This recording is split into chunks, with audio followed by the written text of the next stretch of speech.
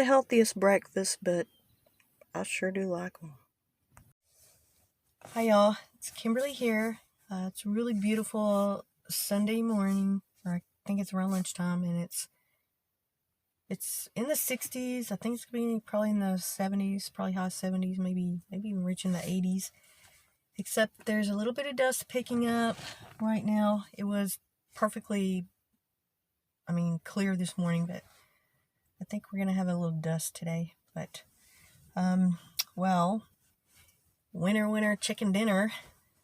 The 65-year-old anti-masker is now officially a 2-time arrestee, as far as we know. The one that caused a disturbance in Galveston at a bank. It was at the Galveston Bank of America. And her name is Terry Lynn Wright. She's 65 years old. And she didn't want to put on a mask at the bank, and she was arrested. It was the same from the video I made yesterday. And because of that, she has a trespass charge against her, which is a Class B misdemeanor. And also for the resisting arrest, that's a Class A misdemeanor. You know, that's a stupid way to spend your retirement. I'm all for everybody having their rights and being free to roam about and everything. And, I hate wearing a mask. I really hate it. But I do it for my health, and, I want to participate in making sure that this stuff doesn't keep spreading. I think we all have some kind of responsibility, and especially if you are vulnerable, if you have a health issue, it's just common sense, I'm not a huge pro-masker. I absolutely hate wearing it. I really do. It's hot, it's sweaty, you have to wash them all the time. I had to buy a bunch of them to rotate them around, and yeah, it's a pain. I forget to bring them 50% of the time I get out of my car to go into the store. I have forgotten it. I left it in the car to walk back. And it does piss me off. It does get irritating. But I'm doing this for my health, and like I say, I haven't been sick for over a year, which is really good for me. And I'm attributing it to the mask. I don't see that there's any other anomaly that would make me not have these respiratory infections that I've been plagued with for, more than a decade, or probably a couple of decades. I've gotten respiratory issues from, I don't know when, 20 or 25 years, I don't know, a long time. And this is the first year that I have not gotten sick in the middle of winter time. And I usually get sick 2 or 3 times at least. And one time is usually pretty bad, and I usually have to go to the doctor. And last year I had to go, or not last year, but the end of 2019, I had to go to the emergency room. And that was the first time I ever went to the emergency room for my bronchial issues. I usually can make it to the doctor. There's several times. I actually did have pneumonia one time. I didn't have insurance, and the doctor was really young, and it was like his first year of being a doctor, and he was running around trying to figure out, trying to call every hospital to get me placement in the hospital. But we were having it was a huge epidemic of I guess, the respiratory virus that I had, and every place was full in that city, and he couldn't find me a bed in any hospital. And I know a lot of it had to do with not having insurance. I've already experienced that, being discriminated against because of not having insurance. I've already been through an issue with that. But back to my point, I don't think it's such a big deal. Just do it. Take it off once you get out of the building, or get in your car, walk around and park or whatever, do whatever without your mask at home, whatever. And this lady, which I'm going to say in her twilight years, to spend your retirement being arrested for, I guess to her it's like a civil disobedience type of thing.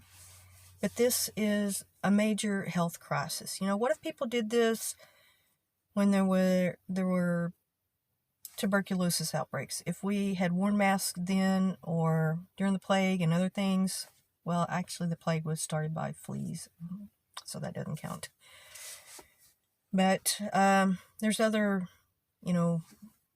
outbreaks, that had we worn masks, I really don't think that it would have been that bad. Not that many people would have passed away. And I just think, just for the time being, till we get the numbers down, it's not too much to ask. And this lady decided to go for another stupid prize, and she was arrested at Office Depot for the same thing, not wearing a mask. And she had to pay a $1,500 bail. I mean, that's a waste of time, waste of money, police resources. It's very irritating to the employees of the business that are working there. It's just, find something else better to do with your time. Just put the mask on, go in, get your stuff, get out.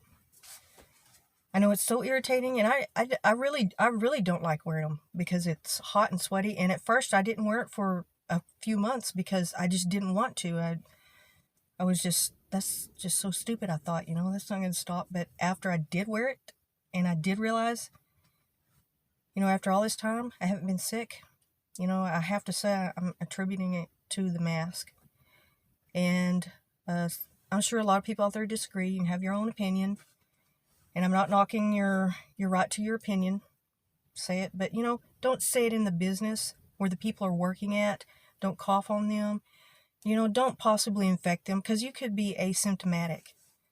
I've already told this story before in 2019 when I went to the hospital. The medical community, they know about outbreaks before they happen. And they, through the grapevine that they have of their medical connections, when one country decides to release that information, they usually release it to the health officials of that country and of other countries, and they reach out to them. And I think that even though they didn't get back to me, they did a nasal sample for me. They may not have had that test, completely down where they could detect it.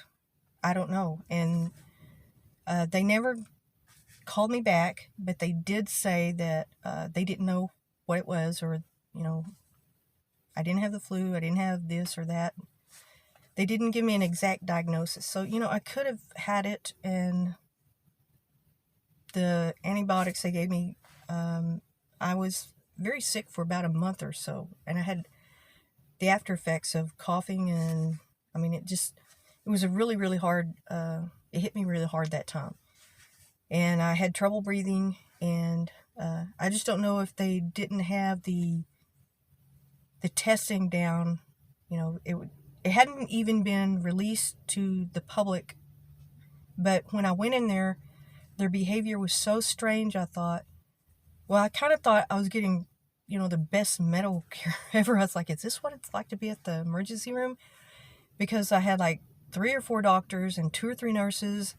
They all crowded around me. They had, not around, they stood back. They kept a distance of about 6 feet from me, 6 or 7 feet. They didn't they didn't even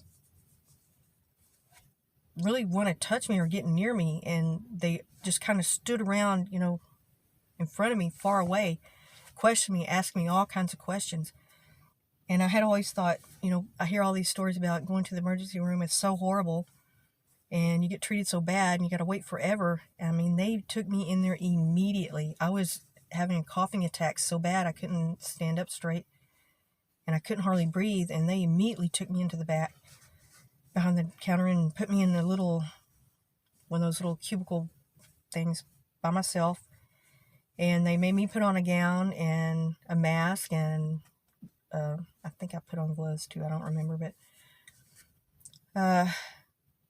so, there is some possibility that there were other cases before the first official case was reported. There's people that may have been asymptomatic and may have, caused some of the other outbreaks that we've had.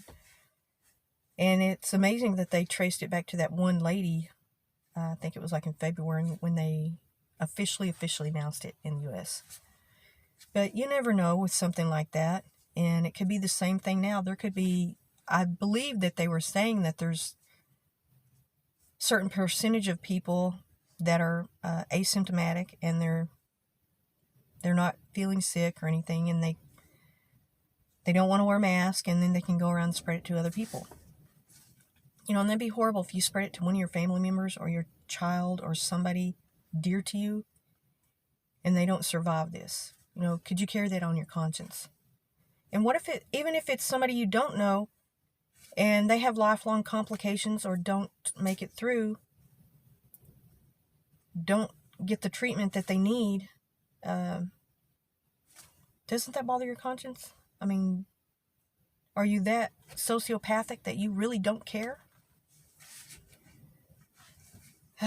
Okay. And there was another incident. It was in League City, and a 53-year-old man was in a business, and they asked him to put on a mask too, and he kind of went berserk and he stabbed one of the employees.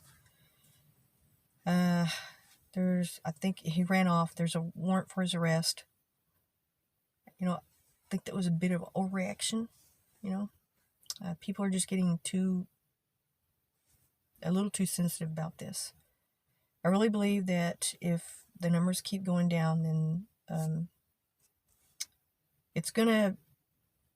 I think it is gonna take a little bit longer because of the reopening, and people are resisting it, and with the anti-mask, which our governor said you can walk around, you have the freedom to do that, but when you go into a public business, a private business that's open to the public, once again, you can't just do whatever you want. You might just win a stupid prize. Okay, that's it for this video. Thank you so much.